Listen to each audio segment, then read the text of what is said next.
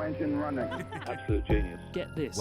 Welcome. This is the show where we bring you Science. What that essentially means is discoveries, Advances. questions, Research. technology. Unbelievable. Without further ado, This is The Naked Scientists. Hello and welcome to The Naked Scientists, the show where we bring you the latest breakthroughs in science, technology and medicine with me, James Titko. Coming up today, scientists think they've revealed what makes ketamine an effective antidepressant, the astonishing navigational capabilities of bees, and a brief guide to aliens with astronomer Adam Frank. From Cambridge University's Institute of Continuing Education, this is The Naked Scientists.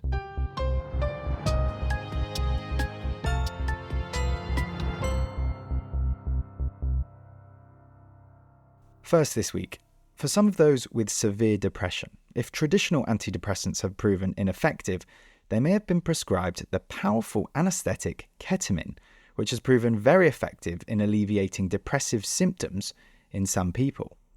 But the exact reason as to why and what areas of the brain that ketamine actually influences has remained something of a mystery. Now, however, a study from Zhejiang University School of Medicine in China points strongly towards a part of the brain called the lateral habenula, responsible for emotional processing and reward function. If what they say is true, the finding could lead to the introduction of ketamine as a mainstream treatment for depression. I've been speaking to David Nutt of Imperial College London and formerly the UK's government drug czar about the paper's findings. We've been intrigued by the fact that there seems to be a circuit kind of drives misery. And there's a node in that circuit called the habenula. And why that should be so important in reducing mood, producing aversive states in animals is unclear. But it does seem very reliably to do that. Given the way you described it, and I think they describe it in the paper as a sort of anti-reward system in the brain, it seems like quite a likely candidate for the source of this kind of psychiatric condition. Absolutely. And it's interesting in that the habenula projects down into the part of the brain where the serotonin neurons derive from, and that's called the raphe. So we've known for quite a long time that if you stimulate the habenula, you switch off the raphe, and therefore you reduce serotonin tone. So there's a sort of logic to it. There seems to be a sort of balance in the brain between lifting mood and reducing mood. But what we think is that in depression, the habenula becomes sort of super sensitive to negative thoughts or maybe to aversive things happenings, whereas most of us can cope with something negative, a criticism, for instance.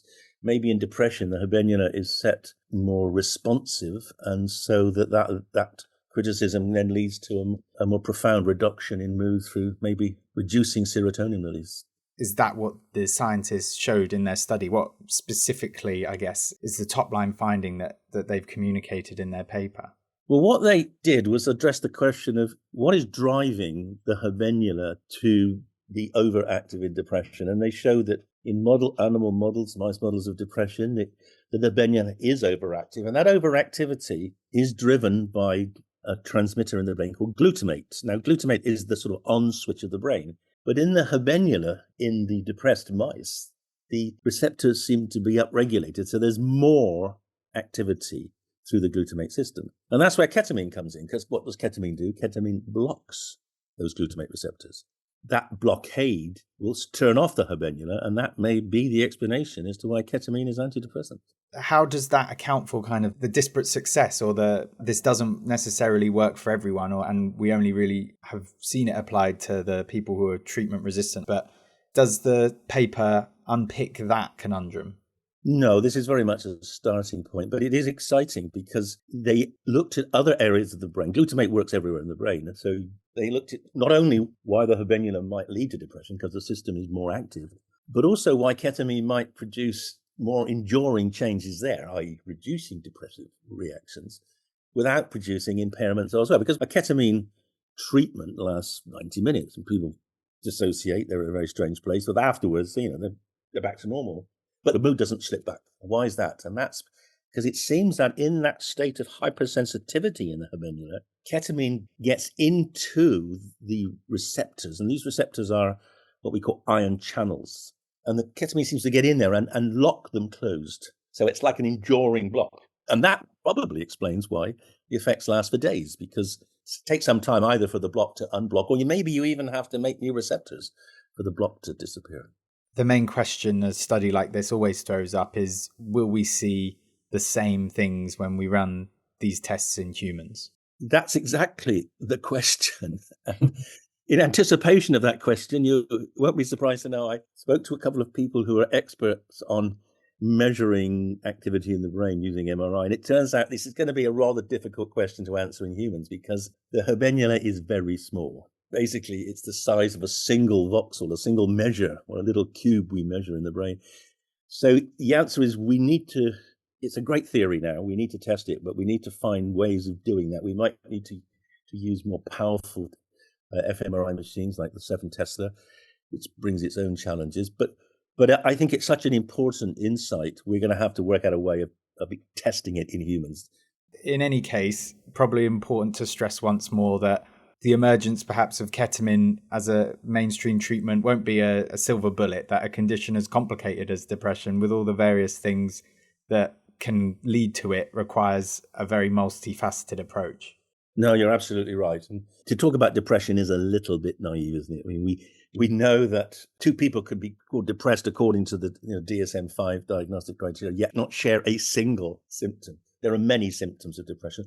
What's particularly interesting about the habenula network is it probably is relevant to being super sensitive to stress, and also maybe makes you unable to get reward, unable to respond to positive reward. So those, what we call the anhedonic depression, the depressed people who really, even when good things happen, can't respond to them. It may be that particular subtype of depression is going to be more explicable in terms of this habenula hyperactivity. We don't have good data yet, even though it's been widely used now for 20 years, on exactly which subtypes of depression respond best to ketamine. We need more evidence there. David Nutt and the paper he was discussing has just come out in the journal Science. Cambridge scientists have identified the genetic mutation that causes progressive retinal atrophy in English Shepherd dogs, a disease which results in incurable blindness as the rods and cones in the eye slowly degrade. The study was conducted in part by Cambridge's Catherine Mellersh and was helped a great deal when the research team was contacted by Mountain Rescue's John Coombs, who owns an English Shepherd dog called Shola. Mountain Rescue search dogs are used to locate missing people. We're mainly used in the dark and in woodland where visual methods of search don't work and the dog's nose is able to detect people. Shola was trained to do that. She's that good that we decided to have a litter of pups with her. So when I went back to reintroduce her to work with my mountain rescue team, it became evident that she was struggling in the dark. We went to a canine eye specialist and she was diagnosed with PRA. And Catherine, what is PRA and how did you become part of this story? PRA, which stands for progressive retinal atrophy, the photoreceptors, which are very specialized cells at the back of the eye and that help translate what we see to help our brain understand that as a visual image. In PRA-affected dogs, these degenerate, so they stop working. And over time, that means that the affected dog will sadly usually go completely blind.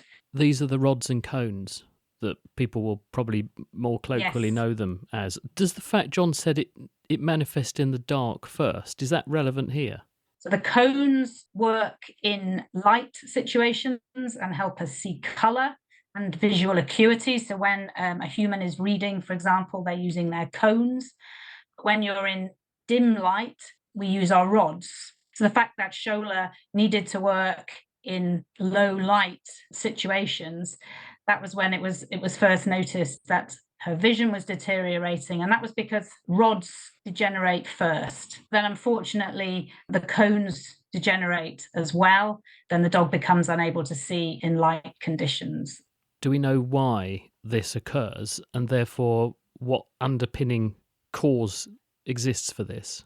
PRA in different breeds is caused by different mutations in different genes. What we do know is that the protein that this gene codes for plays a very important role in the maintenance or the health of photoreceptors. This mutation basically stops that protein working properly. And you genetically tested Shola to show that she was actually manifesting one of these gene changes? Yeah, so what we did, we collected DNA from Shola, and we actually found 5 other English Shepherd dogs that were affected with PRA as well. We collected DNA from all of them. And we also collected DNA from about 20 English Shepherds whose eyesight was good. And we compared the DNA from the affected dogs with the unaffected dogs. And we were able to home in on this mutation. So the dog has about 2.4 billion letters of DNA. And we were able to find this mutation, which is actually the insertion of 224 letters of DNA that shouldn't really be there. So in terms of the whole genome, it's quite a small mistake. But in this case, it has quite profound impact on the way that this particular protein functions. Is there anything we can do about the condition? Because having detected that this gene change exists in an animal, can we stop or slow down the disease? Can we reverse it, or is it irreversible? So at the moment, it is irreversible. But there's a lot of work going on in human medicine to try and do what is known as gene therapy or gene augmentation, where scientists and doctors inject a correct version of this gene into the retina. And because the gene that Shola's mutation is in is shared with humans, and it could in time join the collective research that's being done and have a positive impact on our ability to treat this disease in humans at least. I think it's unlikely that we would ever do gene therapy in dogs. It takes a long time to develop and it's very expensive. The real benefit to dogs from this research is we can now screen the DNA of dogs that are going to be bred with and make sure that we don't breed together 2 dogs that carry the same mutation. And John, how's Shola getting on now? Are you compensating for the fact that her sight's poor by doing other things in a different way, more things she can smell, more things that she can feel and sense to enable her to maintain her quality of life? Her quality of life, I think, is really good. Dogs, in any case, live in a world of scent, and she's able to remember where the obstacles are that she might bump into and seems to have a very happy and relaxed life. Well, aren't we glad to hear it? Shola's owner, John Coombs, and Catherine Melesh at the University of Cambridge. That study has just been published in the journal Genes. The Naked Scientists podcast is produced in association with Spitfire, cost-effective voice, internet and IP engineering services for UK businesses. Find out how Spitfire can empower your company at spitfire.co.uk. Music in the programme is sponsored by Epidemic Sound, perfect music for audio and video productions. You're listening to The Naked Scientists with me, James Titko. Still to come, should we really be trying to contact ET? But first, researchers at Lund University in Sweden have discovered that bumblebees have incredible navigational memory. Rakesh Patel and colleagues did it by tracking the walking behaviour of foraging bees. Here's what he told Chris Smith. For a long time, people have known that bees are very good at constructing these straight line paths from a food location to home and back to that food location again. And one other thing that people have noticed is that bees are really good at making more complex navigational paths. So for instance, bees have been seen to make a shortcut from one food location to another, even though they've never really traveled that path before. At least that's what it's thought to be the case. And also, bees will go to multiple flower patches along one flight. And over time, they are able to make really optimized circuits or direct circuits between these food locations before returning home. So these complex navigational tasks are something in which it requires a bit more than just following a single straight line path back to home again. Bees can use landmarks to navigate, but it seems that this system gets better over time, which may indicate that perhaps it's these straight line paths that are being used together. That might explain how they're able to do these sorts of tasks. So it sounds from what you're saying like you regard the bees as having a load of memories of places that are connected by a straight line, but they can link up those different memories, different paths from one place to another to sort of almost create a map in their brains. I think you can think of it like a web in which there are these nodes, familiar places, and these straight lines that connect these nodes together. This is just an idea. No one actually knows if this is true. But what experiments were you able to do that would convince you, or has convinced you, that this is probably what's going on? In order to study how bees are able to keep track of these directions and distances in their brains, I needed to be able to construct a situation in which bees were only using vector navigation, these straight line paths, and not using any visual features, which bees are also quite good at doing. And since they're traveling over kilometers, I needed to devise a way of making bees navigate in the lab over very short distances.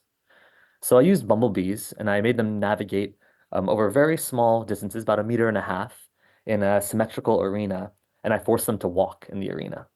And I found that while walking, bees were making these vector paths, these straight line paths to find home and food. Now, for this study, I found with a control experiment that surprisingly, it seemed that bees were able to remember the straight line paths that they had constructed during previous days of foraging and would use those paths to navigate home. And you regard this as a long-term memory because they seem to preserve it over days at a time. They'll resort or relapse back to these same paths, showing that they've sort of stored, this is the connection between A and B that I follow, and they keep using that over a period of time. Yeah, exactly. Yes. So the working memory that I talked about before, we cause the working memory to give one behavioral readout, or to make the bee, if it was using its working memory, will go one direction, but if it's using its long-term memory, it would go a different one.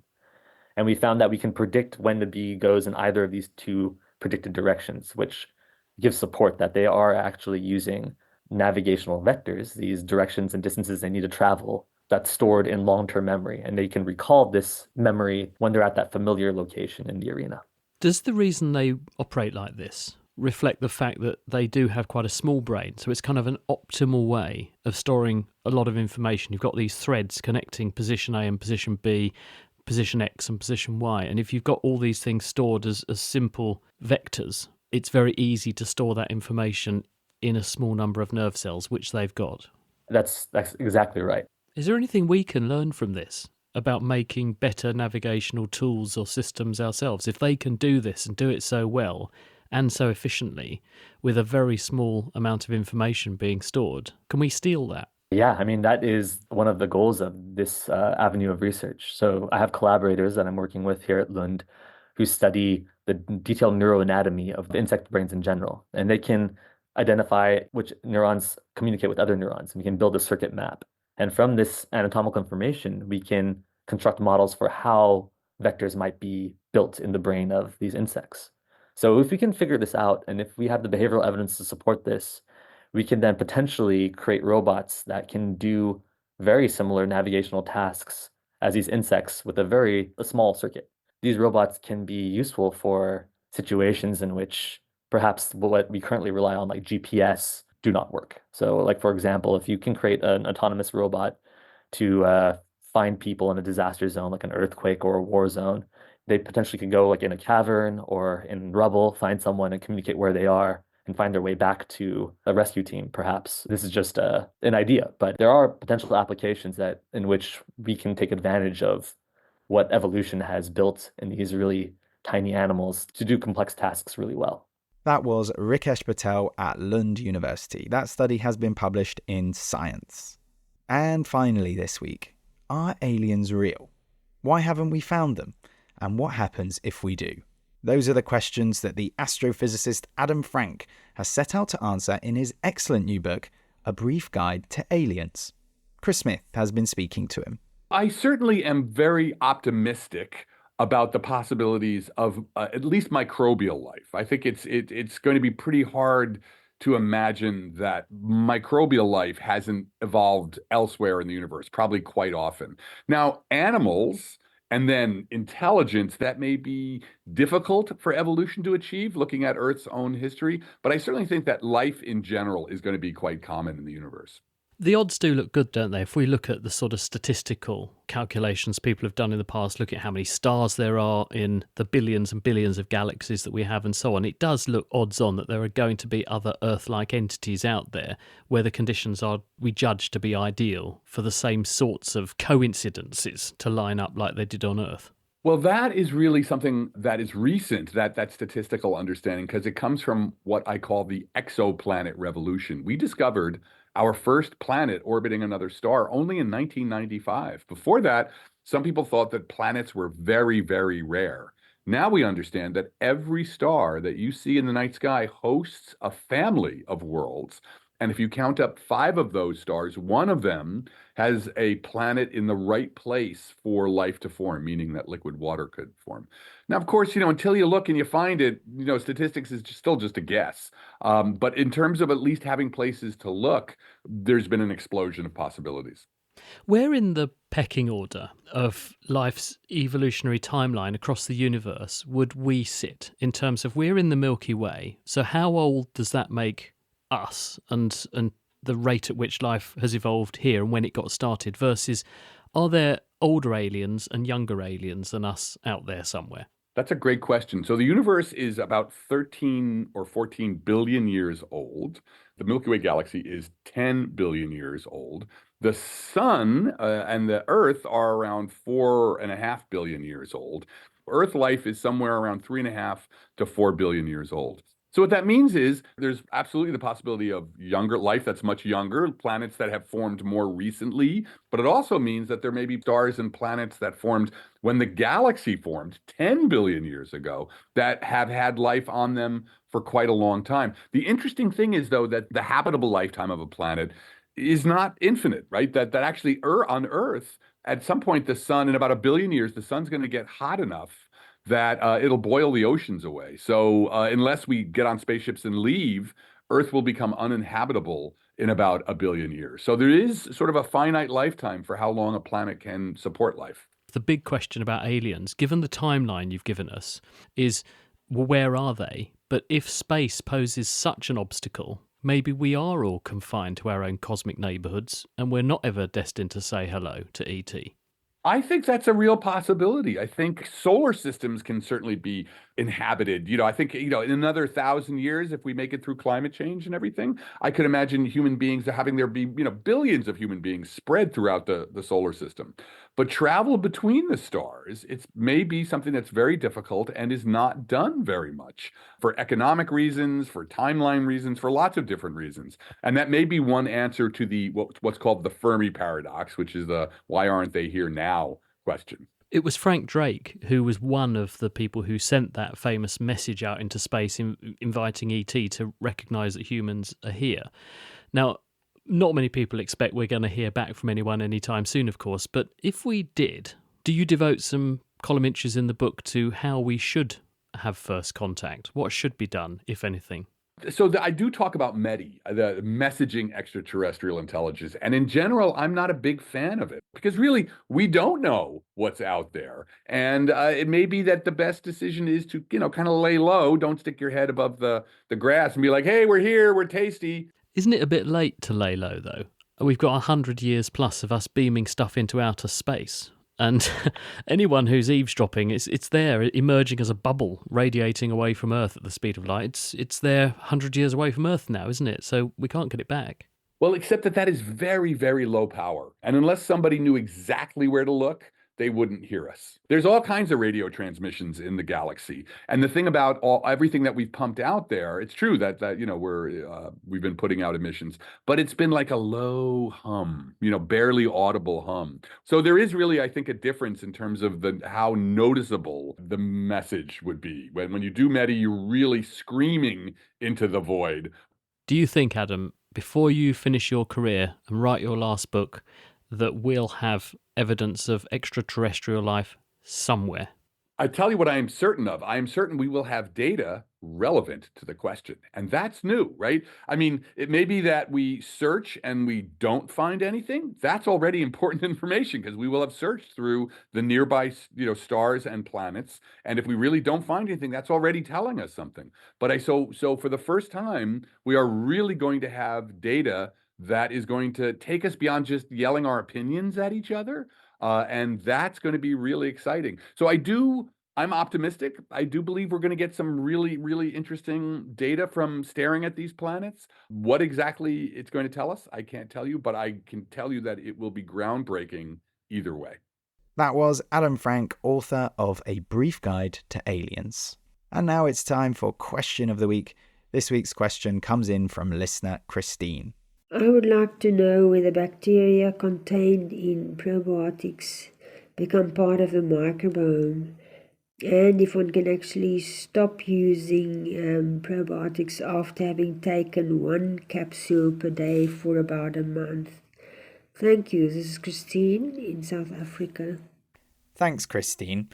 More and more, scientists are uncovering the importance of a healthy gut in leading a healthy life. And it all depends on the health of the many diverse species of good bacteria that live there in our microbiome. We can keep them happy via all the usual pillars of a healthy lifestyle: regular exercise, eating enough fruit and vegetables, a good night's sleep, and staying hydrated. But is there a quicker way to boost the populations of healthy bacteria in the gut microbiome? And crucially, will they stick around in there? Well, that's the claim of probiotic products, like the capsules you're talking about, Christine. Here's microbiologist Alex Almeida from the University of Cambridge to give us an answer. The role of probiotics and their impact on health is a bit of a controversial and debated topic. So what research studies have shown is that probiotics that are typically used today do not permanently colonize the gut. So this means that if you stop taking the probiotics after 30 days, they will start to diminish in numbers and will be eventually cleared from your gut. The reason behind this is that our existing microbiome, so this combination of species that resides in our intestinal tract, is quite resilient to change. So all these bacteria have evolved with us and are very well adapted to the gut environment. So any new species that come in will in most cases just be outcompeted by our existing microbiome. Now, whether these probiotics will colonize the gut and for how long will also depend on certain individual factors. For instance, what is the species or strain of probiotic being used, and what is the composition of the microbiome of the individual that is taking them. So certain microbiome compositions tend to be more resilient to change and provide what is called colonization resistance against any invading species. Now, the big question in the field is, despite the fact that these probiotics do not colonize the gut permanently, whether they can still offer health benefits while they're being taken. Unfortunately, so far the research is somewhat inconclusive on this, and there are really no convincing studies clearly showing a dramatic health benefit by taking probiotics. However, this is an ongoing area of research, and many researchers are trying to discover new potential probiotics that may be more effective, or even other ways to modulate the microbiome towards a beneficial outcome through other means such as prebiotics and diet. So, Christine, it looks like the jury is still very much out on probiotics. That's not to say they aren't worth a try, though, if you feel like they might be for you. If you have a healthy immune system, you shouldn't expect any nasty side effects. Thanks to Alex Almeida from the University of Cambridge for that. Next time, we'll be answering this question from listener John. Hello, Naked Scientists. This is John Bondi from the U.S. Wildfires in the U.S. and Canada are big news at the moment and have been so in recent summers. How many tons of carbon are released by the wildfires, and how does that number compare to the release of greenhouse gases by other human activities like cars, heating, electrical generation, etc.? Thanks. And if you think you know the answer or have a question of your own, drop us a line at chris@nakedscientist.com or join us on the forum at nakedscientist.com/forum. That's all we have time for this week. On Tuesday, Titans of Science is with body clock guru Russell Foster. He'll tell us why we must pay close attention to our biological circadian rhythms to lead a healthy life. The Naked Scientists comes to you from the University of Cambridge's Institute of Continuing Education. It's supported by Rolls-Royce. I'm James Titko. Thanks for listening, and until next time, goodbye.